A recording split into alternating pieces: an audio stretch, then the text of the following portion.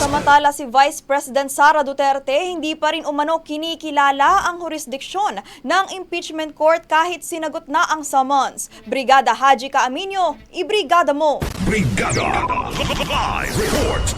Nanindigan ang House Prosecution Panel na hindi pa rin kinikilala ni Vice President Sara Duterte ang jurisdiksyon ng Senate Impeachment Court sa kabila ng pagsagot nito sa summons. Sa pulong balitaan ngayong araw, sinabi ni House Impeachment Spokesperson Attorney Antonio Odi Bukoy na ang inihaing answer ad cautelam ng defense panel ay hindi itinuturing na reply kundi for caution o hindi tinatanggap ang jurisdiksyon ng impeachment court.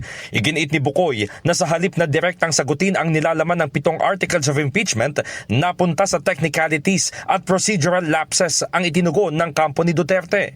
Gayunman, mabilis anyang magsusumite ng sagot ang prosecution team laban sa answer ad cautelam. Tinawag din ito na predictable ang hakbang ni VP Sara dahil inasahan na umano ito ng prosekusyon.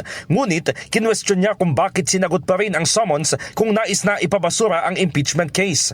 Dagdag pa ni Bukoy, buhay na buhay ang articles of impeachment na inilakip sa writ of summons. Kaya punto ng tagapagsalita ng Kamara sa impeachment, bakit sinasabi ng kampo ni Duterte na wala silang sasagutin dahil sa kawalan ng articles of impeachment. In the heart of changing lives, ako si Brigada Haji Caaminio ng 105.1 Brigada News FM Manila, The Music and News Authority. Ang bahaging ito ay hatid sa atin ng Mom's Love ES1 Capsule. Simulang tuparin ang pangarap ng iyong anak. And starting now!